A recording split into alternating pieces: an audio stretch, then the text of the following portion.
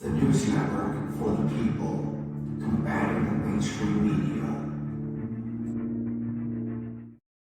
California goes into lockdown in a battle with the coronavirus. The world's fifth largest economy is to stay behind doors. Now, Governor Gavin Newsom says, "I don't expect this will be many months, but for the time being, we are recognizing 8 weeks, a month and a half behind doors in California." Now, California ordered its 40 million residents to stay at home unless required to make essential trips, becoming the first U.S. state to implement such extreme measures in a bid to contain the expanding coronavirus outbreak. Quote, "It's difficult to be the bearer of these messages, I can assure you. Home isolation is not my preferred choice. I know it's not yours, but it's a necessary one." End quote. Governor Newsom said in an online briefing on Thursday evening. Now, this order comes just days after multiple counties in the Bay Area of Northern California and Los Angeles issued similar shelter-at-home mandates, with exemptions provided for buying food, going to pharmacies, and getting gas. Now, the statewide mandate forced all non-essential businesses to close. Residents have also been told to avoid all non-essential social contact, with groups of more than 10 people being prohibited. Now, the mandate does not have a specific time frame. Quote, "I don't expect this will be many